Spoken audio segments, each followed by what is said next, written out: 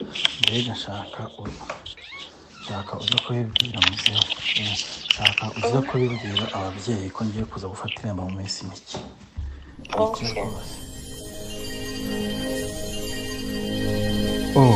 Ndagukunda nkabura uko ngira, mba nkuteruye nuko ntagushobora. Ayo ni amajwi y'umugore wa Pastor Theogene yakomeje kugenda yumvikana hirya no hino nk'uko ari kugenda bigarukaho n'ibitangazamakuru bigiye bitandukanye, cyane cyane kuri social media, yuko uyu mugore yaba akundana no mu diaspora. Abadiaspora rero muri iki gihe bari mu kazi, ariko reka nka Wasam TV show tubikuvire imuzi n'imuzingo, ubundi ubashe kumenya ibi ni ibiki, byatangiye gute, kugeza ubu ngubu bimeze gute. Uyu mugore Asia Uwanyana ubundi ikimuvugwaho ni iki? Iyi ni Wasam TV show, utatinda gukora subscribe kugira ngo ujye ukurikira ibiganiro byacu tugenda tugukorera umunsi ku munsi ku mbuga nkoranyambaga. Rero cyane cyane YouTube, urukundo rwa Uwanyana Asia n'umugabo wo mu diaspora rwaciye igikuba. Ubu ngubu niyo nkuru igezweho cyane hirya no hino kuri YouTube, ariko ikigezweho ni amajwi y'uyu mubyeyi, dore yuko ari umubyeyi rwose yabyaye Asia wasezeranye kubana akaramata na nyakwigendera Pasiteri Niyonshuti Theogene. Rero murabizi yuko mu mwaka w'ibihumbi 2023 aribwo yaguye mu umanuka, ubundi arapfa, aza kuhasiga ubuzima, baramushyingura birarangira, kugeza ubu ngubu akaba nawe ukiriho. Ibyo ngibyo rero nibyo byahise biha uyu mugore wari warasezeranye nawe kuzabana akaramata, ubundi bagahita umugabo wiwe akagenda mbere yiwe. Ariko rero kuri iyi nshuro hari amajwi yiwe ari gutera imitoma, ari gutakagiza umugabo bita Hakuzimana Etienne, uzwi nka Pastor Steven, uba muri Leta Zunze Ubumwe za Amerika.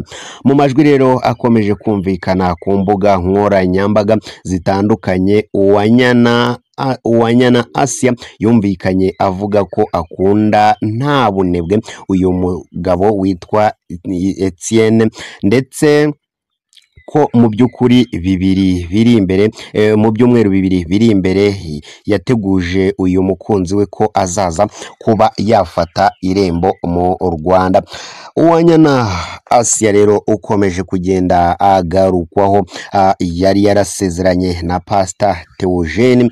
Nta gitangaje ahangaha kirimo abantu bari kugenda babonamo, gusa ikiriho nuko bari kugenda bavuga yuko ngo bari barasezeranye kubana akaramata, ariko nanone sinzi niba Bibiliya yemera ko umwe iyo apfuye undi agumira aho ngaho. Reka turebe Bibiliya ivuga iki ku rupfu. Bibiliya ivuga iki ku rupfu? Bibiliya rero hari byinshi ivuga ku bantu bashakanye.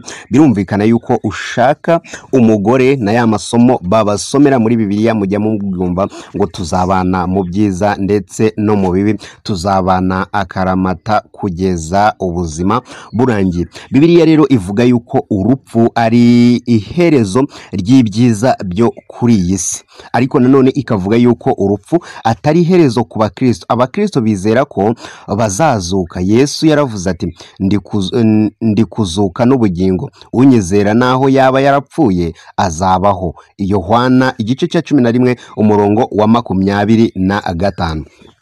Niyo abantu bari gusezerana rero bumvikana yuko rwose umwe napfa undi aba mubohoweho ashobora kuzashaka undi. Icyateje rero saganiki, icyateje induru hagati ya Asia na Steven wiwe, nuko uyu Asia mu gihe Theogene Pastor yari akiriho yumvikanaga avuga yuko amukunda cyane, nta n'undi muntu azakunda nkawe.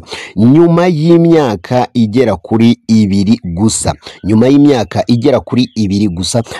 yahise amwibagirwa, agaragaza yuko afite undi muntu akunda cyane kandi amukunda kurusha uwa mbere. Urupfu rw'umwe rero mu bashakanye rurababaza cyane. Bibiliya rero ivuga yuko urupfu ari umwanzi wa nyuma. Abakorinto 15:26. Kwibagirwa uwo mwashakanye ntibyoroshye kandi Imana irabyumva. Aya ni amagambo ya Bibiliya, ijambo ry'Imana. Bibiliya yahumetswe n'Imana kugira ngo igire umumaro wo kutwigisha yuko Bibiliya ituyobora muri byose. Abakorino ba mbere igice cya 15 umurongo wa 26 baravuga ngo kwibagirwa uwo mwashakanye ntibyoroshye kandi Imana ihoraho Uwiteka Nyiringabo Nyirubushobozi irabyumva neza cyane. Kuba Asiya rero ari gukora amakosa, nta nubwo twahita amakosa kuko bibaho, kwibana biragora. Benshi bari kugenda bavuga yuko yaragowe n'ubuzima ariko gafashwa n'uyu mudiaspora kuba yakwishyurira abana, kuba yababonera ibibatunga ndetse no gukomeza kuba muri iyi Kigali. Murabizi yuko atari ibintu byoroshye ko yafashwaga n'uyu mudiaspora witwa Pastor Steven Etienne, ariko nanone ngo akaba ari gukora ikosa rikomeye cyane ryo kwibagirwa Pastor Theogene. Bacanye muri ibyinshi. Nawe niba utarakurikiye amateka yiwe ushobora kwandika muri comment, ubundi tukajyamo tukaza kugenda tugusobanurira akantu ku kandi, ariko turizera tudashidikanya yuko amateka ya Pastor Theogene ndetse n'uyu mugore wiwe Uwanyana uyazi neza cyane, kuko Pastor Theogene nk'uko abivuga yatangiye kuba mu kazu gatoya, babanye ari umukene ukomeye cyane ndetse ari n'ikirara, dore yuko ari nacyo kintu abantu benshi bamuziho kuko yabaye pasiteri ariko yaraje kubaho ikirara. Nyuma rero ubuzima bwaje kuza, barabyara, bagira inzu, bagira n'ibindi bintu byinshi cyane bigiye bitandukanye. Ibyo ngibyo rero nibyo byatumye Asiya Uwanyana amenyekana ndetse n'umugabo we Pastor Theogene, uwo ngo ni nyakwigendera. Nyuma rero y'ibyo byose, umwanzi w'ibintu byose dore ngo ni urupfu rwaraje rutunguranye ruba rujyanye Pastor Theogene niyo nshuti. Ibyo ngibyo murabizi neza cyane, ubwo benshi muri mwebwe bamuherekezaga, bamukundaga, bararize, ariko bikagaragara yuko rwose aba bari abakristo bitewe n'urukundo banyuranyemo Asiya Uwanyana ndetse na Pastor Theogene niyo nshuti. Byumvikanaga kuri buri muntu uwo ari we wese ko uyu mugore nta wundi mugabo azigera na rimwe ashaka, bitewe n'urukundo bakundanaga, bitewe n'ukuntu Pastor Theogene yabisobanuraga ndetse n'umugore we akabyemera. Nyuma rero yuko rero niyo nshuti Theogene apfuye, uyu mugore yakomeje kugenda ku mbuga nkoranyambaga avuga ibintu byinshi, avuga uburyo bari babanye neza, uburyo ari umugabo umwe yishimiraga. Noneho icyaje kuba ikibazo ni iki? Reka dukubite ku musumari w'aka kanya, ubundi icyaje kuba ni iki? Pastor Theogene amaze kugenda, uri kumva byararangiye ibyiwe, Imana imuhe kuruhuka mu mahoro. Noneho reka tugaruke ku by'uyu munsi kubariho. Uyu mugore we nk'uko byagaragaraga yuko akunda umugabo we cyane. Icyaje gutungura abantu ni iki? Icyaje gutungura abantu ni uko humvikanye amajwi yiwe, nk'uko twayabanjije muri intro yacu wabanje kugenda uyumva.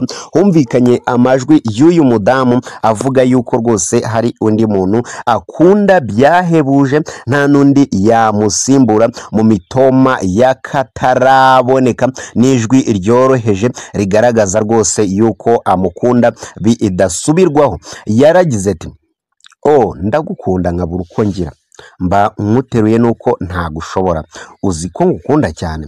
Aya nta magambo ya Uwanyana Asiya yumvikana atomagiza uwo mugabo w'umudiaspora wamutwaye umutima, wamutwaye uruhu n'uruhande.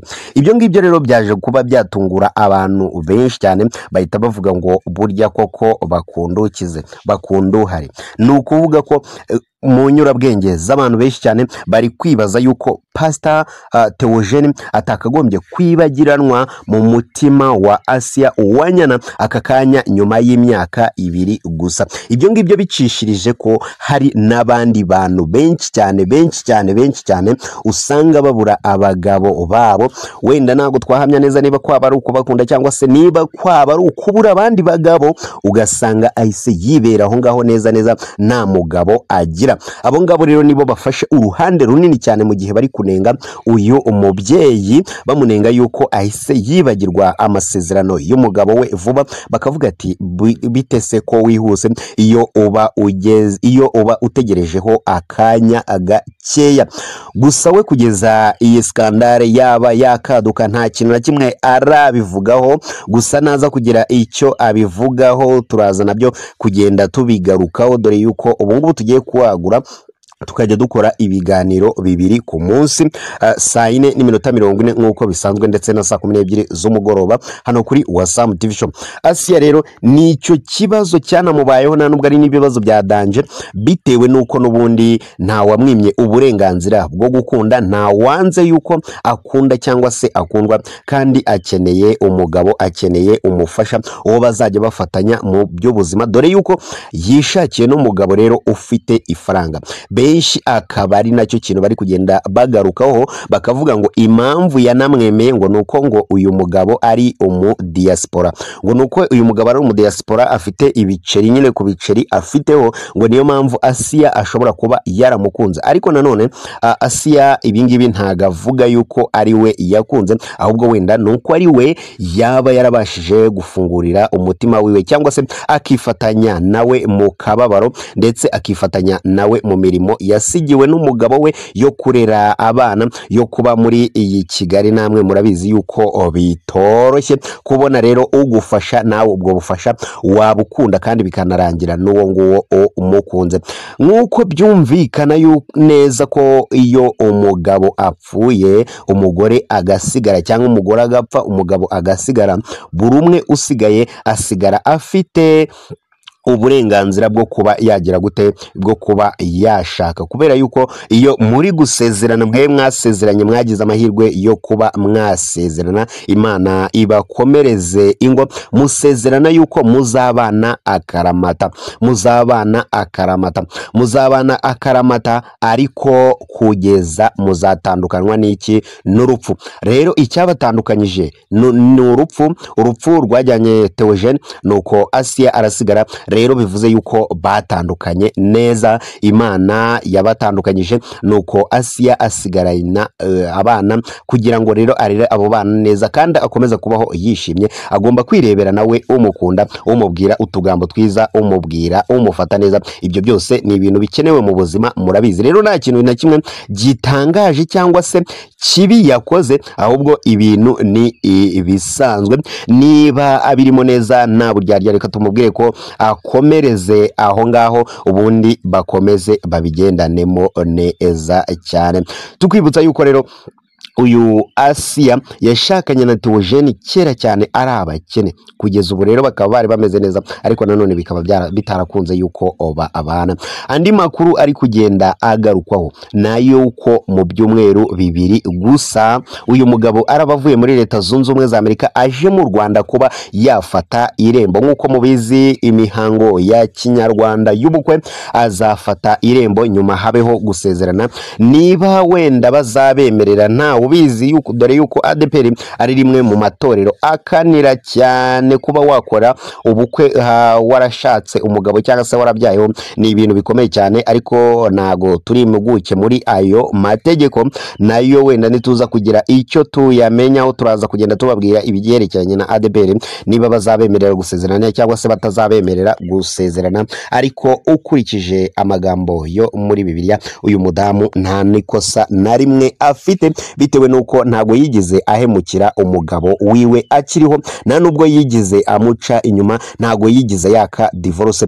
Benshi basezerana yuko rero badatandukanywa n'urupfu, ubundi kubera yuko umugore atabonye isambu iwabo, cyangwa se kubera ko umugabo nta kazi afite, ibyo ngibyo bikabatandukanya, cyangwa se bagatandukanywa na bya bindi ngo by'abana, ngo imbeba inyuze munsi y'urugi, undi akavuga ati reka inyuze hejuru y'akabati. Ibyo ngibyo bigatandukanya abantu, ntago ari cyo cyabatandukanyije. Rero abangaba barabanye neza cyane mu gihe bari bakiri kumwe. Mu gihe rero batakiri kumwe, umwe wasigaye afite uburenganzira busesuye bwo gushaka uwo bakundana, bwo gushaka uwo bafatanya mu by'ubu ubuzima.